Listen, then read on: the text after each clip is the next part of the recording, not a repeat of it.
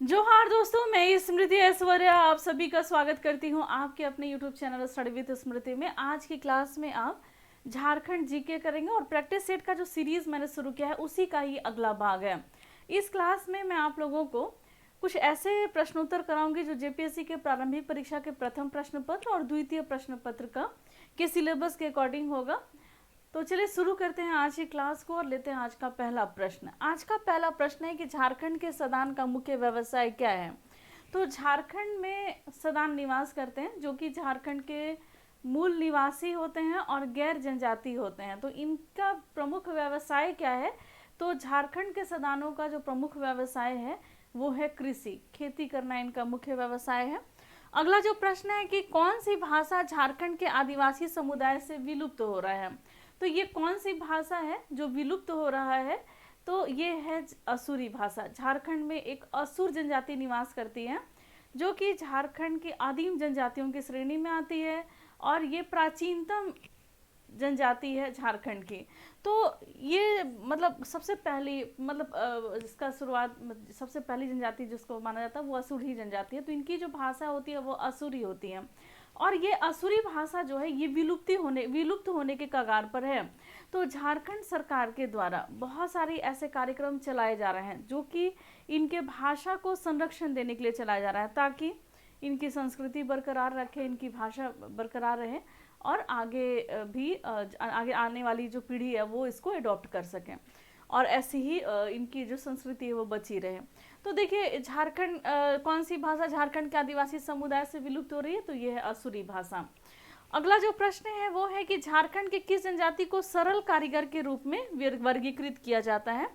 तो झारखंड की महली जनजाति जो है उसको सरल कारीगर के रूप में वर्गीकृत किया जाता है। शिल्पी जनजाति है महली और बांस के सामान बनाने में ये काफ़ी दक्ष होते हैं। जैसे बांस की टोकरी हो गई, हम लोग क्या डगरा होता है गोल ऐसे बना रहता है, सूप होता है या घर में प्रयोग में लाने वाले कुछ ऐसे वस्तु जो कि बांस के बने हों, तो वैसी वस्तुओं को बनाने में ये निपुण होते हैं महली जनजाति। ठीक है, तो इनको सरल कारीगर के रूप में वर्गीकृत किया जाता है। जेपीएससी के फॉर्म जिन्होंने अभी भरा है और पहली बार वो झारखंड जीके की तैयारी कर रहे हैं, जिन्होंने पहले कभी नहीं पढ़ा था झारखंड जीके और अन्य स्टेट से वो बिलोंग करते हैं, तो उनके लिए ये सारे क्लासेज बहुत ही ज़्यादा हेल्पफुल हो जाएंगे। जो मैं व्याख्या में बताती हूँ आप उस पर भी फोकस रहिएगा ताकि आपको मैं समझा सकूँ, ये सारे प्रश्न आप लोगों को अननोन न लगे। ठीक है, तो ये सारा प्रैक्टिस सेट आप जरूर कीजिए। अब देखिए अगला जो प्रश्न है वो है झारखंड के किस जनजातीय समूह के द्वारा लिखने के लिए ओल चिकी लिपि का प्रयोग किया जाता है। तो वो कौन से जनजातीय समूह है जिसमें लिखने के लिए जिनकी लिपि ओल चिकी लिपि है? तो ये कौन सी है? तो ये जनजाति है संथाल जनजाति। संथाल जनजाति जो है वो संथाली भाषा बोलते हैं लेकिन उनकी जो लिपि होती है वो ओल चिकी लिपि होती है और इसके जो आविष्कारक थे वो थे रघुनाथ मुर्मू। ठीक है, ओल चिकी लिपि के आविष्कारक कौन थे? तो ये रघुनाथ मुर्मू थे। और किस जनजाति से संबंधित है ये? तो संथाल जनजाति से संबंधित है। अगला जो प्रश्न है कि किस संथाली नाटककार को उनके उपन्यास राही रावण काना इसके लिए साहित्य अकेडमी पुरस्कार से उनको नवाजा गया था। तो वो कौन से नाटककार थे जिनको उनकी उपन्यास राही रावण काना के लिए साहित्य अकादमी पुरस्कार से नवाजा गया है? तो ये हैं मोगला सोरेन। इनको साहित्य अकादमी पुरस्कार मिला है राही रावण काना के लिए। झारखंड के साहित्य और साहित्यकार से लगभग 5 और 6 प्रश्न ऐसे होंगे जो आप लोगों से पूछे जाएंगे। तो करंट अफेयर्स के क्रम में जो आप लोगों को पुस्तकों के बारे में बताया जा रहा हो वो आप जरूर पढ़िएगा। फिर आप लोगों को जो लोक साहित्य है तो उसमें कौन कौन से साहित्यकार हैं, उन्होंने किन किन साहित्यों की रचना की, ये भी आप पढ़ेंगे। और आप सभी जो है हिंदी भाषा और साहित्य में क्या विकास हुआ झारखंड में और कौन कौन से इसके रचनाकार थे, वो सारी चीज़ें भी आपको पढ़नी है। ठीक है, तो उसी में आता है एक राही रावण काना जो कि भोगला सोरेन की ये रचना है और जिस कारण से इनको साहित्य अकादमी पुरस्कार से सम्मानित किया गया है। अगला जो प्रश्न है द्रविड़ परिवार से संबंधित भाषाओं का समूह कौन सा है? तो ये है उरांव और खड़िया जो जनजाति है इनकी जो भाषा है वो द्रविड़ परिवार समूह की भाषा है। अब देखिए, चित्रकला की कला जादू पट्टिया किसकी विशेषता है? तो पिछले क्लास में मैंने आप लोगों को बताया था जादू पट्टिया के बारे में। तो जो जादू पट्टिया चित्रकला है वो संथाल जनजाति से संबंधित है, और एक पट्टी पर जैसे कि ये पाड़ बने हुए हैं, इसी तरीके की कपड़े की पट्टी होती है और उस पर ही पेंटिंग किया जाता है। जो पेंटिंग करते हैं उसको जादू कहते हैं और जादू कहते हैं, और जो जिस कपड़े पे पेंटिंग की जाती है चूँकि वो पट्टी होती है इसलिए इसको चित्रकारी को जादू पट्टिया कहते हैं। तो कागज़ या कपड़े पर इसकी चित्रकारी होती है, काफ़ी लोकप्रिय है। अब इसको संरक्षण भी झारखंड सरकार की तरफ से दिया जा रहा है। अब देखिए, कल की क्लास में मैंने आपको बताया था सरहुल पर्व के बारे में। तो पता नहीं क्यों क्या ये इत्तेफाक है कि जब भी मैं इसके तिथि को बताती हूँ तो हमेशा वो थोड़ा सा कहीं ना कुछ मिस्टेक हो जाता है।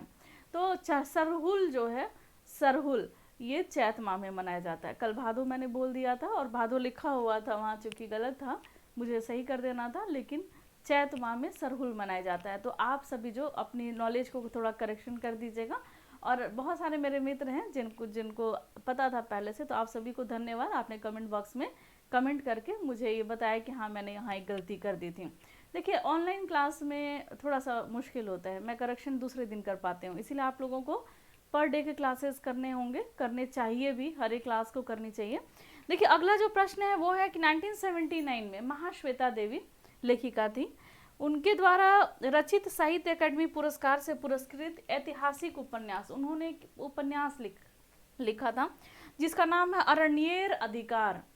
तो ये इसका मतलब होता है जंगल का अधिकार, अरण्य मतलब होता है जंगल, तो अरण्येर अधिकार जंगल का अधिकार। तो उनकी ये उपन्यास था जिसके वो किसके जीवन पर आधारित था, ये अरण्येर उपन्यास, अरण्येर अधिकार। तो ये बिरसा मुंडा के जीवन पर आधारित ये पुस्तक थी जिसकी रचना महाश्वेता देवी ने की थी, और इसके लिए इनको साहित्य अकादमी पुरस्कार से भी सम्मानित किया गया था। तो ये कौन सी पुस्तक है? तो अरण्येर अधिकार है, जिसका मतलब होता है जंगल का अधिकार। बिरसा मुंडा से संबंधित ये पुस्तक थी। अगला जो प्रश्न है वो है संथाल जनजाति के लोग कुशल होते हैं। तो ये गलत क्वेश्चन यहाँ पर है, इसको मैं नहीं बताऊंगी आपको। अगला प्रश्न लेते हैं, Jharkhand cross over Graves. Jharkhand, इसका मतलब होता है झारखंड कब्रों पर महल, कब्रों पर महल। तो क्रॉस ओवर ग्रेव्स के लेखक कौन है? तो ये है विक्टर दास। जो विक्टर दास हैं वो क्रॉस ओवर ग्रेव्स के लेखक हैं। Kaushal our graves, Kaushal our graves, कब्रों पर महल। औंधी गीत कब गाया जाता है? तो विवाह के समय में औंधी गीत गाया जाता है। झारखंड में वंदना त्योहार कब मनाया जाता है? तो कार्तिक माह के अमावस्या को वंदना त्योहार जो है वो मनाया जाता है। वंदना पर्व, ये भी पशुओं के सम्मान में मनाए जाने वाला पर्व होता है वंदना पर्व, और वंदना चित्रकारी जो होती है वो इस पर्व में की जाती है। किस जनजाति को झारखंड सरकार के द्वारा शिकारी संग्रहकर्ता माना जाता है? तो झारखंड सरकार जो है वो झारखंड की किस जनजाति को शिकारी संग्रहकर्ता के प्रकार मानते हैं? तो झारखंड में एक जनजाति है कोरवा, तो कोरवा जनजाति को झारखंड सरकार जो है वो शिकारी संग्रहकर्ता प्रकार के मानते हैं। अगला जो प्रश्न है वो है झारखंड के पुरुषों की सबसे सामान्य पोशाक को क्या कहा जाता है? तो झारखंड में जो पुरुष हैं जनजातियों में, तो उनके जो सामान्य पोशाक हैं वो होते हैं भगवा। अगला प्रश्न है कि झारखंड के जेल में चेतन महाजन के द्वारा लिखित पुस्तक का क्या नाम है?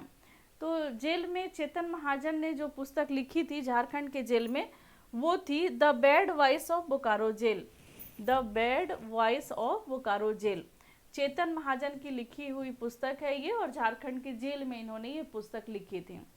अगला जो प्रश्न है वो है कि कौन सा त्योहार सबसे महत्वपूर्ण त्योहारों में से एक मानी जाती है और वर्ष में 2 बार अर्थात मार्च में और नवंबर में ये मनाई जाती है? तो ये त्योहार होती है छठ। छठ पर्व जो होता है वो साल में 2 बार मनाया जाता है। एक तो मार्च में, अभी चैत का माह चल रहा है, इसमें इसको चैती छठ के नाम से जाने जाते हैं, और एक होता है जो नवंबर में होता है, कार्तिक माह में मनाया जाता है।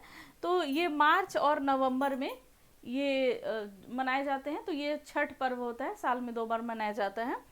अगला प्रश्न है कि किसे झारखंड की एक उपेक्षित जनजाति के रूप में माना जा सकता है? तो ये उपेक्षित जनजाति जो है वो है बैगा। अगला प्रश्न है कि झारखंड में वह कौन सा त्योहार है जो पूर्ण रूप से भाई और बहनों के प्रेम और लगाव के प्रति समर्पण के लिए मनाया जाता है? तो ये करम पर्व होता है, जो कि भाई बहन, देखिए ऐसा यहाँ पर लिखा हुआ है, लेकिन जनजातियों में जो करम पर्व मनाया जाता है तो उसके प्रति उनका अलग तरह का, क्योंकि करम पर्व जो है वो प्रकृतिक से संबंधित वो पर्व होता है, करम पर्व।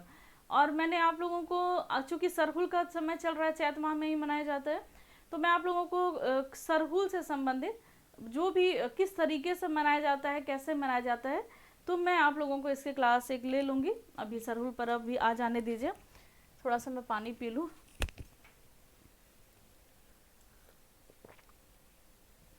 आज पानी में मैंने तुलसी के ड्रॉप डाले हैं। मुझे जैसे जिस सोसाइटी में मैं रहती हूँ तो भाभी हैं, तो उन्होंने मुझे तुलसी के ड्रॉप्स भेजे हैं।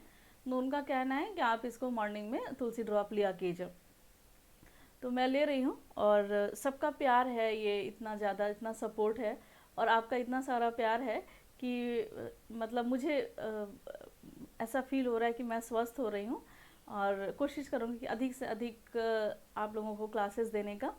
और मैंने एक और चैनल बनाया, बहुत दिन से मैं सोच रही थी कि उस चैनल पे मैं क्या करूँ, तो फिर मैंने अब सोचा कि नहीं, मैं सोच रही थी कि ब्लॉगिंग करूँगी, लेकिन ब्लॉगिंग तो नहीं हो पाएगा। अब मैं वो उसके लिए उतना टाइम नहीं है कि मैं एडिटिंग करूँ, ये वो उसमें एडिटिंग करना होता है, बहुत उतना समय नहीं है। तो मैं ऐसा करती हूँ कि उसको एक अलग विषय के लिए उसको सेलेक्ट करती हूँ। तो जेपीएससी के प्रारंभिक परीक्षा का जो पहला प्रश्न पत्र है, जिसमें आप लोगों को इतिहास और भूगोल और अर्थव्यवस्था संबंधित जो प्रश्न पूछे जाने हैं, तो उसके प्रैक्टिस सेट मैं स्टार्ट कर देती हूँ और करंट अफेयर्स से क्लासेस भी मैं उस पर स्टार्ट कर देती हूँ। तो करंट अफेयर्स और प्रैक्टिस सेट के लिए, फर्स्ट पेपर के लिए, तो आप उस चैनल को सब्सक्राइब कर लीजिए। तो डिस्क्रिप्शन बॉक्स में मैं उसका लिंक शेयर कर देती हूँ, तो आप उसको सब्सक्राइब करें।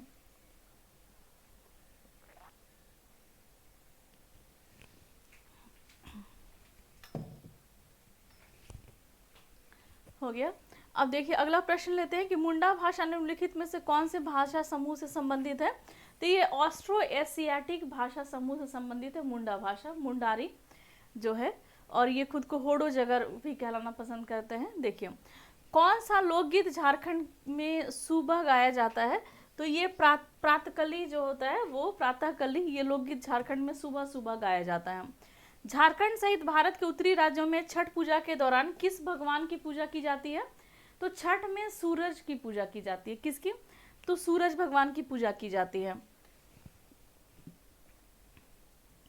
कौन से धातु शिल्प मल्हार और तंत्री जनजातियों के द्वारा किया जाता है? तो ये डोकरा है, डोकरा धातु शिल्प है, और ये लोहा मतलब धातु शिल्प है। ये डोकरा कला जो है ये धातु शिल्प है, ये मल्हार और तंत्री जनजातियों के द्वारा किया जाता है।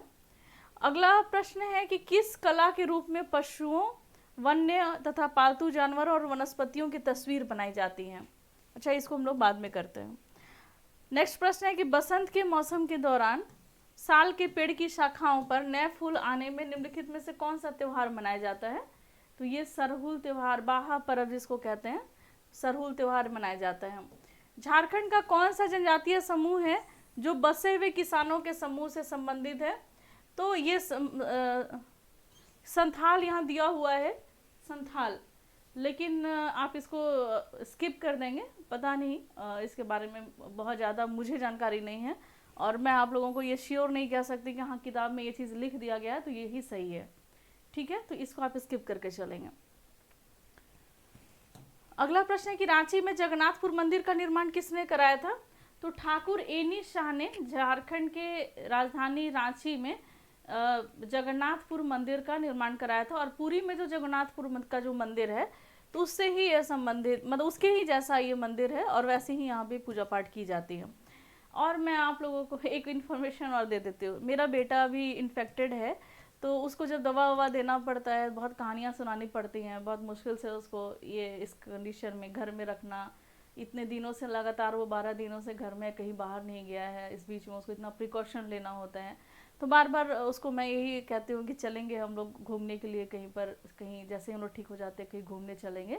जो प्रोमिक्स मैंने उससे किया है, तो मुझे कहीं संभावना है कि जैसे ही मैं ठीक हो जाती हूँ फिर कुछ दिन और क्वारंटीन में रहने के बाद, क्योंकि एक प्रोटोकॉल है उसको भी फॉलो करना पड़ता है, अगर आप निगेटिव आ जाते हैं उसके बाद भी आपको कुछ दिन क्वारंटीन में रहना पड़ता है, तो कुछ दिन और क्वारंटीन में रहने के बाद कोशिश करूँगी कि उसको कहीं पे सेफ जगह पर कहीं पर घुमा के लेकर के आऊँ। देखिए अगला जो प्रश्न है वो है, सामाजिक मानदंडों द्वारा स्वयं अपने अपेक्षित समूह में विवाह करना किस नाम से जाना जाता है? अपने ही समूह में विवाह करना जो होता है समान समगोत्रीय विवाह इसको कहते हैं, यानी कि समान गोत्र में विवाह करना। अगला जो प्रश्न है वो, झारखंड में आदिवासी किस पौराणिक पात्र की पूजा करने पर शांति हेतु आग्रह रखते हैं? तो ये होता है बलि चक्रवर्ती। नेक्स्ट प्रश्न है कि झारखंड में कौन सा नृत्य आमतौर पर फसल के मौसम में मनाया जाता है? तो ये है झूमर। ये जो दो लाइन है इसको भी आप स्किप कीजिएगा। अगला प्रश्न है कि छौ नृत्य की उपशैली क्या है?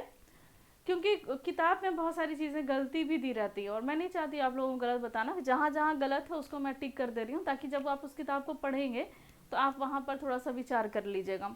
छौ नृत्य की उपशैली क्या कौन कौन सी है? तो देखिए इसकी 3 उपशैली, एक मयूरभंज शैली, एक है सरायकेला शैली और एक है पुरुलिया शैली। तो छौ नृत्य की ये 3 उपशैलियां हैं। नेक्स्ट प्रश्न है कि कला इतिहासकार भारत में सबसे पुरानी गुफा चित्रकारी जिसको स्क्रॉल चित्रकारी कहते हैं वो झारखंड के किस जनजातियों के द्वारा लिखा माना जाता है? तो ये सबर जनजाति है। अगला प्रश्न है कि कौन से नृत्य में साल और महुआ के फूलों का समारोह पूर्वक किया जाता है? तो ये नृत्य है बाहा। बाहा जो होता है ये पर्व भी होता है, ये नृत्य भी होता है। किस जनजाति का संकेंद्रण पलामू में है? तो चेरो जनजाति जो है उनका संकेंद्रण पलामू में है। अगला प्रश्न है कि कौन सी जनजाति सत्य के लिए तथा सत्य हेतु सभी कुछ बलिदान करने के लिए प्रसिद्ध है? तो ये होती है खरवार जनजाति। तो खरवार जनजाति जो होती है वो सत्य के लिए सभी कुछ बलिदान करने के लिए प्रसिद्ध है। झारखंड का धोखरा किस शिल्प कला से संबंधित है? तो धोखरा कला जो है ये धातु शिल्प से संबंधित है। ठीक है। झारखंड में कौन से त्योहार में लड़कियां जो होती हैं वो रंगीन कागज से लकड़ी, बांस इसके एक फ्रेम को सजाती हैं और आसपास की पहाड़ी नदी को भेंट कर देती हैं? तो ये टुसु पर्व होता है। ये प्रश्न एक प्रतियोगिता परीक्षा में आप लोगों से पूछा गया था। तो वो आसपास की पहाड़ी नदी में उसको भेंट कर देती हैं। तो टुसु उसको वो बहुत सुंदर से लकड़ी को सजाया जाता है और ये भी प्रकृति से संबंधित ही पूजा है। टुसु पर्व जो है प्रकृति से संबंधित पर्व है। अगला जो प्रश्न है वो है, बसंत पंचमी का त्योहार किस मौसम के आगमन का अग्रदूत है? तो ये बसंत मौसम के आगमन का अग्रदूत है। पुस्तक मरंग घोड़ा नीलकंठ हुआ के लेखक कौन है? तो ये है महुआ मांझी। महुआ मांझी ने मरंग घोड़ा नीलकंठ हुआ के लेखक हैं। मुंडारी लोक कथाएं पुस्तक किसने लिखी थी? तो जगदीश त्रिगुणायत ने मुंडारी लोक कथाएं पुस्तक लिखी थी। किसने? तो जगदीश त्रिगुणायत ने। नटुआ नृत्य किस प्रकार का नृत्य है? तो ये पुरुष प्रधान नृत्य है। इसमें पुरुष नर्तक होते हैं और ये नृत्य करते हैं नटुआ नृत्य।